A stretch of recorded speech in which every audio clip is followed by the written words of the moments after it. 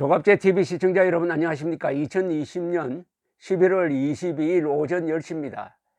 트럼프를 대통령으로 만든 사람들은 기자입니다. 언론입니다. 기자를 좋아하면서도 기자를 싫어하는 사람이 트럼프입니다.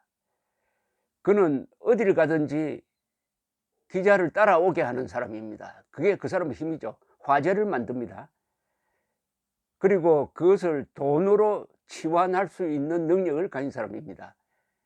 그리고 나중에는 본인이 유명한 텔레비전 리얼리티 쇼의 진행자가 되었습니다. 그런데 요사이는 기자를 두려워합니다. 어느 정도 두려워하느냐? 지난 11월 3일 미국 시간 11월 3일 밤중에 나와서 내가 크게 이겼다, 이제는 개표를 중단해야 된다 라고 선언하고 들어간 이후에 두서너 차례 기자들 앞에 모습을 보였지만은 일방적으로 말만 하고 질문을 받지 않습니다. 그러니까 11월 3일부터 계산하면은 오늘까지 약 19일 동안 기자들 질문을 한 번도 받은 적이 없습니다. 펜스 부통령도 마찬가지입니다.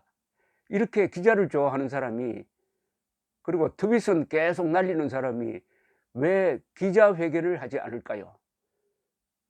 기자회견을 하더라도 왜 질문을 받지 않을까요? 질문 받지 않는 기자회견은 그건 회견이 아니고 그냥 일방적 발표니까 한 번도 기자회견이 없었다고 보면 됩니다. 선거 이후에는. 왜 그럴까요? 질문을 받으면 답을 해야 되는데 미국 기자들의 질문이 얼마나 날카롭습니까? 당신이 부정선거를 주장하는데 단 하나의 구체적 사례를 제시하세요. 이렇게 딱 질문을 하면은 할 말이 있겠습니까? 거짓말 하는 수밖에 없죠. 그럼 그걸 또 다른 기자가 꼬리를 물고 들어올 겁니다. 그러니까 이 사람이 지금 백악관을 하나의 요새로 삼아 가지고 기자를 피하는데 하나의 방어망으로 사용하고 있습니다. 미국 언론은 벙커 생활을 하고 있다고 그럽니다. 참호 생활을 하고 있다는 거죠. 벙커 생활을 하고 있는데, 다만 주말에 되면은 골프 치러 갑니다. 어제도 하루 2,000명씩 죽고 있습니다. 하루에 한 18만 명의 확진자가 생기고 있고 누적 사망자는 지금 25만 명을 넘었습니다. 그러면 대통령은 어디 갔느냐? 지금 미국 대통령 사실은 실종 사태입니다. 이 끔찍한 게, 미국 대통령은 핵무기를 발사할 수 있는 능력을 갖고 있습니다. 미국 대통령이 가는 데마다 가방을 든 장교가 따라다닙니다. 그 가방이 핵미사일을 발사할 경우에 입력하는 그런 장치를 갖고 다니는 사람입니다. 그런 사람이 이런 행동을 합니다. 어쨌든 기자가 결국은 트럼프를 잡은 셈입니다.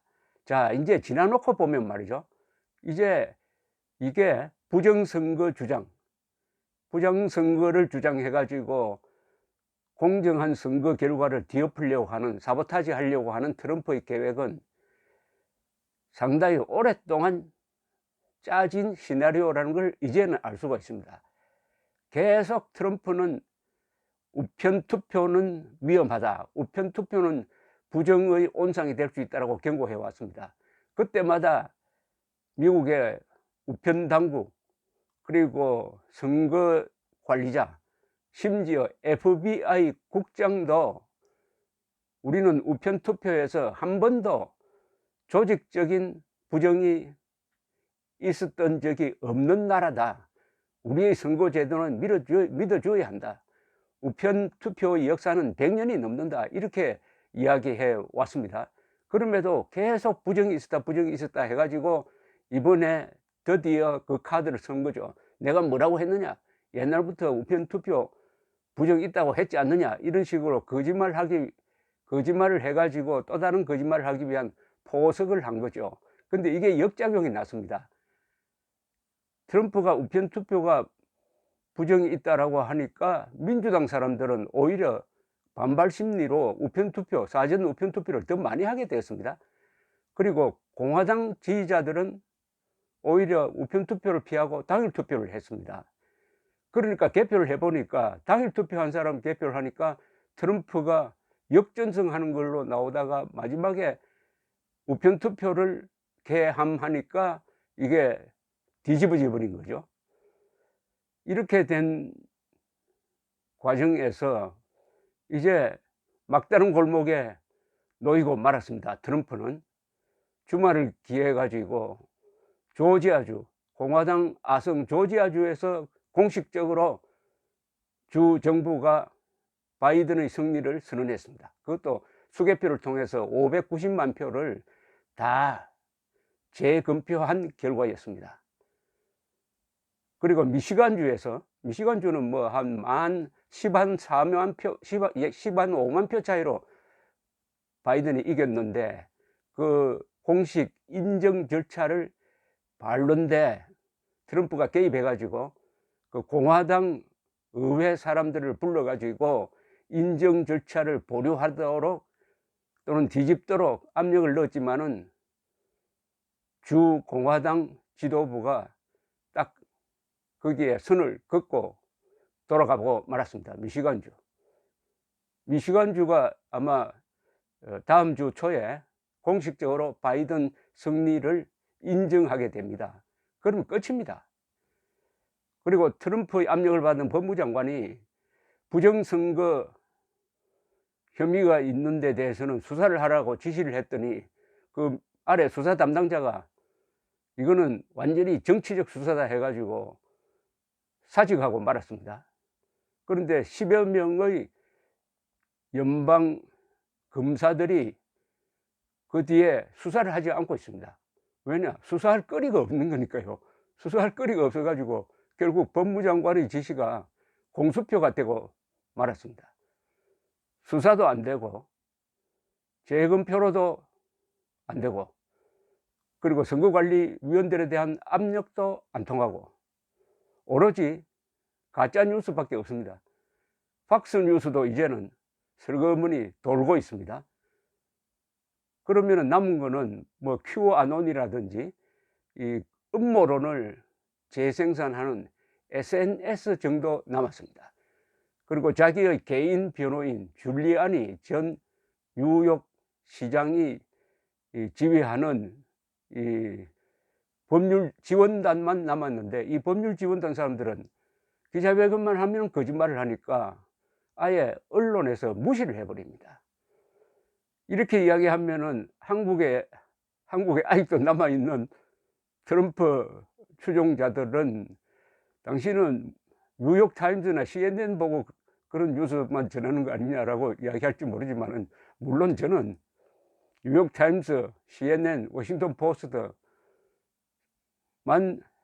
참고를 하는 게 아니라 BBC도 하고 월스트리트 저널도 하고 팍스뉴스도 가끔 보고 합니다. 그런데 한국에는 미국 언론에 대한 오해가 있습니다. 뉴욕타임스, CNN, 워싱턴 포스트를 인용을 하면은 그거는 가짜뉴스 아니냐 하는 얼토당토 안 되는 이야기를 합니다. 미국에서 아니 세계에서 가장 존경받는 신문은 역시 뉴욕타임스입니다. 왜 존경받느냐? 뉴욕타임스는 민주당 지지를 공개적으로 선언한 신문입니다. 그러나 사실과 논평을 확실하게 구분합니다. 사실은 엄격하게 보도합니다. 그러나 논평은 상당히 자기들 사시대로 합니다. 논평만 보면은 한국인으로서는 기분 나쁠 때도 들이 있어요. 그러나 사실은 절대 양보하지 않습니다.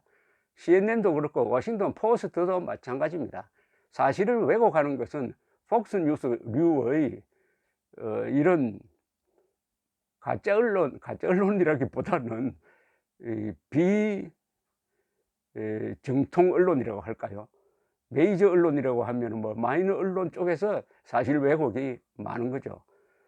근데 한국의 일부 인사들은 이 미국의 정통 언론을 참고하지 않고 이 비정통 언론을 참고로 해가지고 그게 사실인 줄 믿고 이야기를 하다가 보니까 트럼프 추종자라는 약간 비극적 현상이 한국에서도 벌어지고 있는데 뭐 그것도 일장춘몽입니다. 곧 끝날 겁니다. 12월 되면은 어차피 공식적으로 선거인단이 모여가지고 투표를 해야 됩니다. 12월이니까 어차피 올해 안에 정리가 될 것 같은데, 근데 한국 사람들은 누구를 한번 좋아한다고 결정해 버리면은 그 뒤에 일어나는 사건이나 사례들을 좋아한다는 쪽으로 맞춰 가지고 다 왜곡을 하고 하니까 오래 가는 경우가 많습니다. 한번 좋아하면은 끝까지 좋아하는데, 그게 무슨 남녀 간의 연애 사업이라든지 이런 데서는 몰라도 외국 대통령에 대해서 무조건 그런 식의 태도를 취하면은 이게 불행해집니다. 나라가 불행해집니다. 그러나 다행히 한국 사람들은 지금 선거 전에 조사한 걸로 보면은 트럼프가 떨어져야 되겠다고 생각한 사람들이 4, 당선되었다고 생각하는 사람들이 1이라서 4대 1이었습니다. 아마 세계에서 트럼프의 낙선을 가장 열렬하게 바란 사람들이 한국 사람인 것 같습니다. 좌우 구분이 거의 없었어요. 그것은 한국 사람들이 피부로 느낀 거죠. 비핵화 사기극에 주역으로 등장해가지고 김정은만 띄워주고 한국인은 더 불리하게 만든 책임자다. 그리하여 지금 집권당을 도와가지고 2018년 6월 지방선거에서 망하게 하고 비핵화 사기극의 연장선상에서 지난 총선도 망하게 한 책임자 아니냐, 이런 걸 다 아는 거죠. 다만 식자우환이라고 뭐 미국에 대해서 조금 아는 사람들, 딥스테이트 뭐 이런 표현을 해가지고 미국에 대해서 아는 척하는 사람들이 엉뚱한 판단을 합니다. 한국에서는 이 시사 문제 이런 데는 배운 사람이 더 무식한 판단을 하는 경우가 많습니다. 배운 무식자들 많아요. 천안함 폭침이 북한 소행이 아니라고 하는 사람들이 한때는 30%나 됐는데, 특히 대졸자 이상이 특별히 높았습니다. 오히려 저 중졸, 국졸은 낮았습니다. 이 트럼프를 바라보는 시각도 마찬가지라고 생각합니다. 결국 언론과 트럼프의 대결에서 결국 언론이 이겼습니다. 현직 대통령이 낙선한다는 것은 미국 역사에서도 보통 일이 아닙니다. 드문 일입니다. 그리고 매우 큰 차이입니다. 지금 현재 600만 표 차이입니다. 이 차이는 점점 커지고 있습니다. 최종적으로는 한 5%포인트로 바이든이 이긴 걸로 나올 겁니다. 여론조사가 결국은 거의 비슷하게 맞았습니다. 우리나라 이 우파 성향 분들이 여론조사 믿지 않는데, 선거에 관한 여론조사는 우리나라에서도 거의 다 적중했는데, 다만 국회의원 선거는 복잡하니까 거기서는 조금 틀린 바가 있습니다만 대통령 선거에서는 거의 맞았습니다. 그런데 2016년 미국 대통령 선거에서는 미국 여론조사 기관이 다 틀렸습니다. 자, 이런 상황에서 이제 우리나라는 새로운 미국 정부, 바이든 정부와 어떤 관계를 형성할 것이냐를 고민해야 됩니다. 문재인 정권은 이미 지금 선수를 써가지고 문재인 대통령이 전화도 바이든과 통화도 하고 민주당의 대표단이 워싱턴에 가고 했는데, 한국 사람들, 특히 애국자들은 뭘 할 거냐, 이 고민을 지금 해가지고 우리 나름대로의 바이든 대책을 세워서 우리도 대한민국의 진실을 바이든 행정부의 핵심 관계자들에게 전할 수 있고 설득할 수 있는 그런 채널을 구축해야 되겠다는 생각이 듭니다. 감사합니다.